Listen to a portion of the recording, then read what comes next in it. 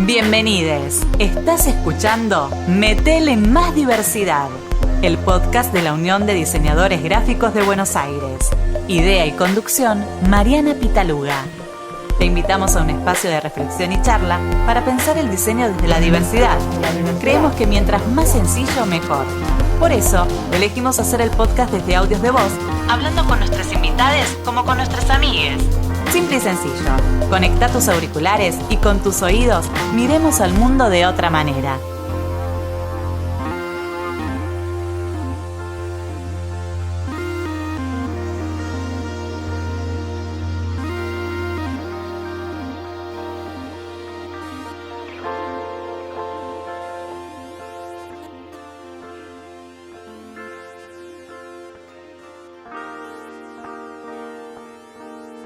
Hola, soy Mariana Pitaluga y en este episodio vamos a hablar con Esteban Rico.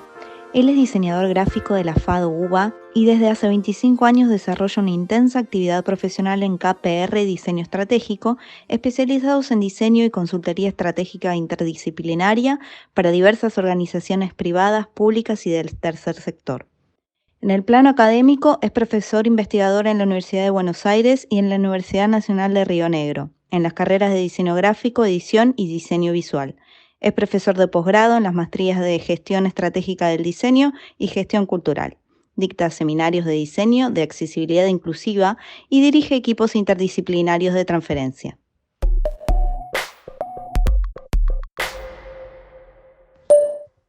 Hola Esteban, ¿cómo estás?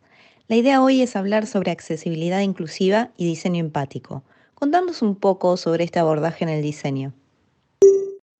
Para hablar de accesibilidad inclusiva y diseño empático en el diseño gráfico, en el diseño de información, en el diseño de interactivo o en algunas otras especialidades de diseño, deberíamos preguntarnos si estos han sido contenidos que hayan sido abordados en nuestra formación. Lamentablemente, salvo en pequeños espacios muy segmentados y optativos, la visión de desarrollo del proyecto en general no retoma metodologías o teorías vinculadas a la accesibilidad, a la inclusión, y este es un área de vacancia necesaria para el desarrollo de cualquier tipo de proyecto. Por eso es tan importante el desarrollo de contenidos de accesibilidad inclusiva, de diseño empático, como metodologías para el abordaje de los proyectos de diseño.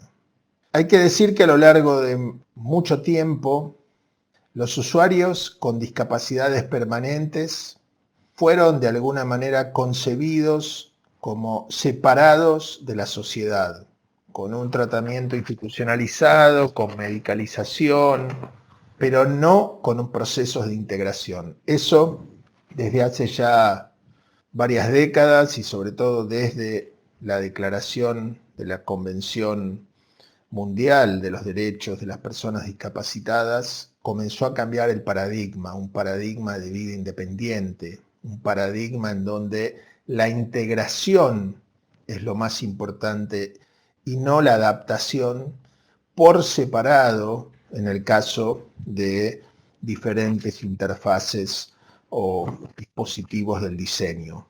Entonces, si pensamos en dispositivos, en interfaces, en objetivos, desde el punto de vista de construcción de la comunicación, de construcción de la información, es necesario que los equipos de diseño, con una mirada interdisciplinaria, puedan entender de qué manera, cuáles son las diferentes maneras para, primero, abordar las necesidades diferentes que grupos de usuarios pueden tener. Entendemos que la discapacidad puede ser permanente o puede ser transitoria, también puede haber discapacidades producidas por el paso del tiempo, por ejemplo, el envejecimiento implica problemáticas vinculadas a la movilidad, a lo visual, también a lo auditivo, y eso implica barreras.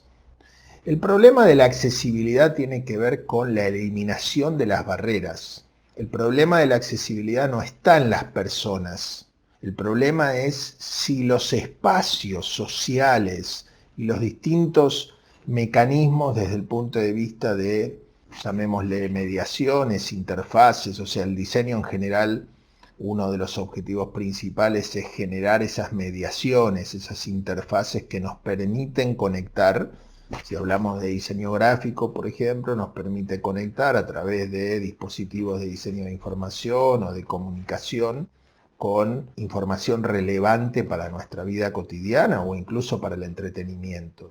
¿Cómo podemos hacer que eso sea realmente inclusivo y que tenga un diseño empático en relación a las posibilidades y necesidades de cada uno de estos usuarios? Primero es reconocer a los usuarios. Entonces ese reconocimiento que por un lado hace la convención, previamente también tiene que ser reconocido desde la comunidad, desde la teoría y la práctica del diseño. Por eso, con diseñar para la vida real, ese gran enfoque inclusivo y respetuoso de las distintas identidades que nos legó, en algún sentido, a toda la comunidad del diseño mundial Papanek, es un gran aporte. Y por supuesto, si hoy tenemos que hablar de accesibilidad inclusiva, la necesidad de formarse, en principio, por ejemplo, en diseño para todos, en diseño universal, los 7 principios, yo diría que es una de los contenidos principales a ser abordado en cada programa de formación básica del diseño. El problema de la accesibilidad inclusiva y el diseño empático no es un problema de especialización, o sea, con esto quiero decir algo que en los últimos minutos de una carrera, considerando, digamos, un tiempo que a uno le lleva a cursar una carrera, es como si en los últimos 15 minutos y de manera optativa alguien podría pasar por un seminario o por una materia que fuera electiva para profundizar aspectos de fundamentos de la accesibilidad inclusiva. Esto, de alguna manera, nos lleva a pensar que puede haber un profesional formado sin ningún tipo de consideración justamente en que sus proyectos sean accesibles e inclusivos para todos. Y esto es algo que en este momento no es posible de llevar adelante de esta manera. ¿Qué narrativas crees que las y los diseñadores tenemos internalizadas y que invisibilizan este espectro? La falta de conocimiento en general sobre las formas de llevar adelante un proyecto de diseño que tome los conceptos de accesibilidad, de inclusión, de empatía, en general están encima potenciados por ese desconocimiento y en muchos de los casos, en esos procesos, los diseñadores y las diseñadoras invisibilizan estos usuarios, o en principio los dejan como afuera del proyecto. Eso quiere decir, bueno, este es un diseño para un promedio. Nos han enseñado en general a diseñar para el promedio, y en el promedio no estaban incluidos sectores de nuestra población que, como decía antes, pueden tener incapacidades permanentes o temporarias, o algunas producidas justamente por el desarrollo del avance de la edad. La tercera edad, los adultos mayores, por ejemplo, tienen grandes dificultades para el uso, en algunos casos, de interfaces digitales. Ahí hay un esfuerzo enorme justamente para que esas interfaces sean comprensibles, sean accesibles, que no dejen a la persona afuera de la posibilidad de, por sus propios medios, por ejemplo, llenar un formulario para anotarse en una vacuna, que pueda comprender el proceso y el flujo. Eso es hacer diseño empático, centrado justamente en un usuario universal, en un usuario que tiene capacidades y necesidades diferentes. ¿Cómo crees que se puede traducir este abordaje en la práctica del diseño? ¿Hay iniciativas al respecto?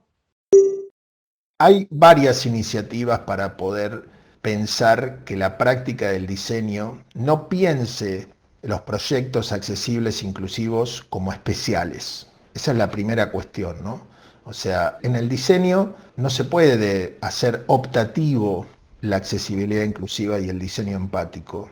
El diseño se basa en que hacer más accesibles información, comunicación, imágenes, dispositivos funcionales, se basa en hacerlos accesibles para un grupo de usuarios. Por supuesto que cada proyecto puede tener un recorte de usuarios diferente, pero cuando estamos hablando de dispositivos para la mayoría, no hay que dejar a minorías afuera. Y ese es el primer cambio conceptual. Nadie debe quedar afuera. Entonces, en ese nadie debe quedar afuera, hay escalas. Por ejemplo, los 7 principios del diseño universal nos ayudan justamente a poder evaluar los proyectos y las necesidades con métodos centrados en el usuario que nos permiten construir empatía en relación a esas necesidades. En la mayoría de las universidades donde se enseña diseño hay cada vez más iniciativas al respecto. Primero porque hay avances a nivel de lo público, de normativas, en donde se está insistiendo en accesibilidad que va desde lo urbano hasta situaciones específicas de acceso a la información. También hay muchas iniciativas a nivel de tercer sector, ONGs, centros de investigación. Todavía eso, yo diría que es necesario potenciarlo más. Algunas de las iniciativas que, por ejemplo, a mí me tocan es la carrera de diseño gráfico en la UBA, en la FADU. Este año comenzó a dar algunos seminarios más allá del espacio más tradicional que tenía de una materia optativa, más espacios de iniciativas vinculados a la accesibilidad inclusiva, incluso en algunas cátedras han generado un compromiso de integración de contenidos y de metodologías a lo largo del programa integral de la materia de 1 a taller 4. Y este me parece que es el punto de partida.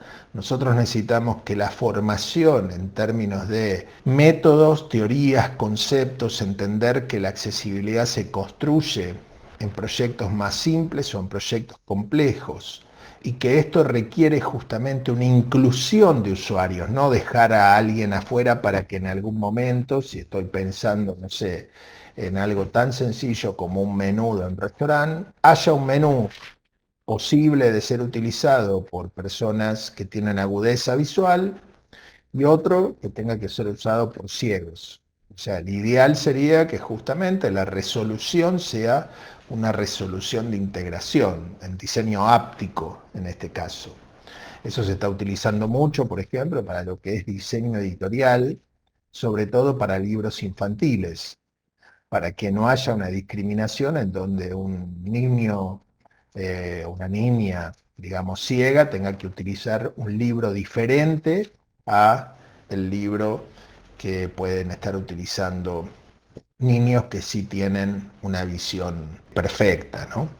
Si pensamos desde el punto de vista de lo profesional, hay que incorporar en agenda, en nuestra comunidad profesional, la pregunta de por qué durante tanto tiempo hemos dado la espalda de alguna manera, hemos invisibilizado, es como haberlo sacado de la luz a un grupo de usuarios que son también nuestros destinatarios de piezas y de objetos de diseño, que lo hicimos. En principio yo diría, no hay ninguna mala intención en eso, sino que nuestra propia formación nos ha marcado justamente ese viejo paradigma, la resolución de las problemáticas vinculadas a diferentes tipos de discapacidades. Cuando hablamos de discapacidades también podemos hablar en términos de la información de una situación de un analfabeto funcional o semi-analfabeto, ¿no? En donde la comprensión de una determinada pieza de diseño puede ser compleja. Si nosotros pensamos, no sé, en un sitio funcional que puede ir desde la administración pública, de la FIP, de cuando hablábamos antes de las vacunas o de otras situaciones, en muchos casos la complejidad de esos flujos informativos son difíciles para la comprensión. Acá ya no se trata de si alguien es ciego o no, si tiene agudeza visual, hay una dificultad de poder comprender algunas partes, en las categorías de cómo está pensado, ¿no? Ese proceso, por ejemplo, interactivo.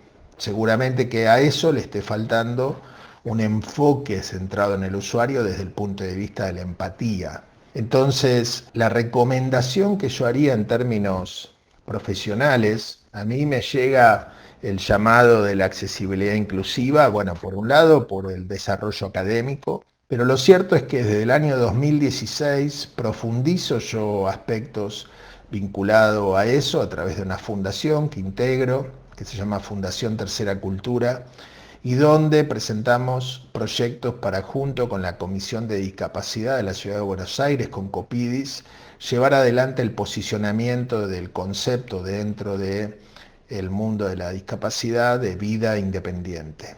Eso motivó de alguna manera también un desarrollo de profundización y de estudios en donde me interpeló justamente desde el rol del diseño a poder entender todas aquellas cosas que en general en más de 20 años de carrera profesional no había considerado para un núcleo de personas muy grande, porque resulta que los problemas vinculados a la discapacidad, las permanentes, las temporarias y aquellas que se producen por el paso del tiempo o accidentes o enfermedades o lo que fuera, deterioros que en muchos casos se dan a través de nuestros sentidos, ese no reconocimiento es como decir que no tenemos un modelo de abordaje para llevar adelante un proceso de diseño que termine en un proyecto que pueda ser utilizado de manera más universal, más accesible, de manera inclusiva justamente, con esos núcleos de usuarios. El desconocimiento a mí en lo personal me ha llevado durante casi 20 años en diseñar para el promedio, en diseñar para los usuarios mayoritarios. Cuando me di cuenta de esto, lo primero que hice fue formarme, aprender, buscar referentes y a partir de eso después en mi doble rol, en el rol de lo académico, hacer un esfuerzo para que estos sean contenidos que sean tratados desde el momento cero, al menos por ejemplo en la carrera de diseño gráfico donde me toca hace muchísimos años estar enseñando e investigando, pero en este caso, en este rol, aprendiendo. Así que la accesibilidad inclusiva en principio yo diría que tiene un efecto fuertemente motivacional, nos llega en una comprensión en donde cuando uno piensa el proyecto de diseño, ya no lo piensa como especial, lo piensa en que no hay posibilidad de hacer un proyecto de diseño en su propia concepción que no sea accesible, que no sea inclusivo y que no esté centrado en el usuario. Y si nosotros dentro de esos usuarios tenemos, en términos de una población de mayorías, personas con diferentes capacidades, bueno, la única manera es abordarlo con esa complejidad, con esa diversidad. Las herramientas del diseño universal, esos 7 principios que ya nombré antes, son una de las claves en principio para un nivel de fundamentos de entrada a esta problemática. ¿Qué reflexión y recomendaciones podés dejarle a nuestra comunidad en virtud de que avancemos hacia un abordaje del diseño que contemple la diversidad? Para finalizar, el mensaje a nuestra querida comunidad de diseño en la Argentina y en la región, la necesidad de incorporar el concepto de mirada de la accesibilidad inclusiva, el ofrecimiento, por supuesto, a generar espacios de formación, de experiencias, de casos, a poder vincularnos con esas experiencias. Ese sería como uno de los puntos de partida. Hay muchos materiales en redes, hay mucho también por mejorar, porque si uno entra a los espacios institucionales de las direcciones de discapacidad de los distintos municipios, en algunos casos provincias o nación, va a encontrar una cantidad de manuales, muchos de ellos quizás unidos al paradigma de la movilidad, que hay una parte de lo accesible que es pensado solamente como las resoluciones vinculadas más a las rampas y a otras normativas, ¿no? Realmente lo accesible, por ejemplo, en términos de las discapacidades intelectuales, se da, por ejemplo, con una metodología que se llama lectura fácil o lectura clara, que está centrada en edición y en diseño, vinculado a necesidades con personas que tienen niveles diferentes de comprensión. O sea, esto puede servir tanto para autismo Asperger, síndrome de Down o también para personas semianalfabetas. En España, por ejemplo, las normativas de lectura fácil y lectura clara son una norma pública. Si ustedes entran a muchos sitios web de alcaldías, municipios, van a encontrar que la exigencia de los dos caminos, ¿no? Y resulta que van a encontrar, si hacen ese camino de experiencia, van a encontrar que lectura fácil es un espacio justamente muchísimo más comprensible y más legible. Mi consejo, de alguna manera, para el inicio de esto es búsqueda de referentes, búsqueda de formación. Por supuesto, pueden contactarme, pueden contactar a los diferentes referentes en la materia que en diferentes universidades han creado espacios justamente de difusión, de estudio y de difusión, ¿no? Y después hay una decisión personal. En mi trabajo profesional, preguntarme justamente al inicio del proyecto cuáles son los requerimientos del diseño universal o del diseño para todos en un determinado proyecto en relación al recorte justamente de usuarios que tiene ese proyecto. Muchas gracias, Esteban. La accesibilidad inclusiva y el diseño empático no es de los temas más abordados en el sector, así que me alegra mucho haber tenido esta charla con vos. Ojalá sirva para que cada vez más diseñadores asuman este aspecto del diseño.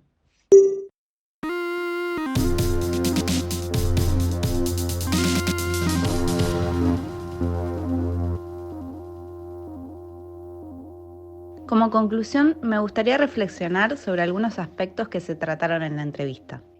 En primer lugar, la importancia de la accesibilidad inclusiva y el diseño empático como metodologías para el abordaje de proyectos de diseño. Entender a las personas con discapacidades como parte de la sociedad, que aunque parezca una obviedad, estas personas durante siglos fueran concebidas por fuera de esta, lo que decanta en lo que aún hoy subyace en esta concepción y se transparenta en la falta de espacios académicos que abordan la temática y consecuentemente en ver a un mundo que no está diseñado para las diferencias. Esta contraposición de la que habla Esteban entre integración y adaptación se tiene que diseñar desde más variables inclusivas y no desde la norma que luego se adapta a la diferencia. El problema de la accesibilidad no está en las personas, sino en las barreras. Y el diseño debería derribar estas barreras y no crearlas. La accesibilidad y el diseño empático no deben ser optativos, sino que debiera estar basado en estos parámetros. La accesibilidad se construye y para esto es necesario que haya más espacios académicos con este cambio de paradigma. Por último, cuando se habla de accesibilidad, no se habla solo de discapacidades motoras, perceptivas o cognitivas. Hay una complejidad variopinta que hay que pensar caso por caso. Lo importante es que como diseñadores hagamos un enfoque centrado en el usuario desde una perspectiva empática. Espero que esta charla te haya parecido tan reveladora como a mí. Espero tus comentarios y nos oímos en el próximo episodio. Acabás de escuchar Metele Más Diversidad, el podcast de la Unión de Diseñadores Gráficos de Buenos Aires, un espacio colectivo donde celebramos el intercambio de ideas. Si te gustó, seguinos en Spotify y en nuestras redes para sumarte a la charla.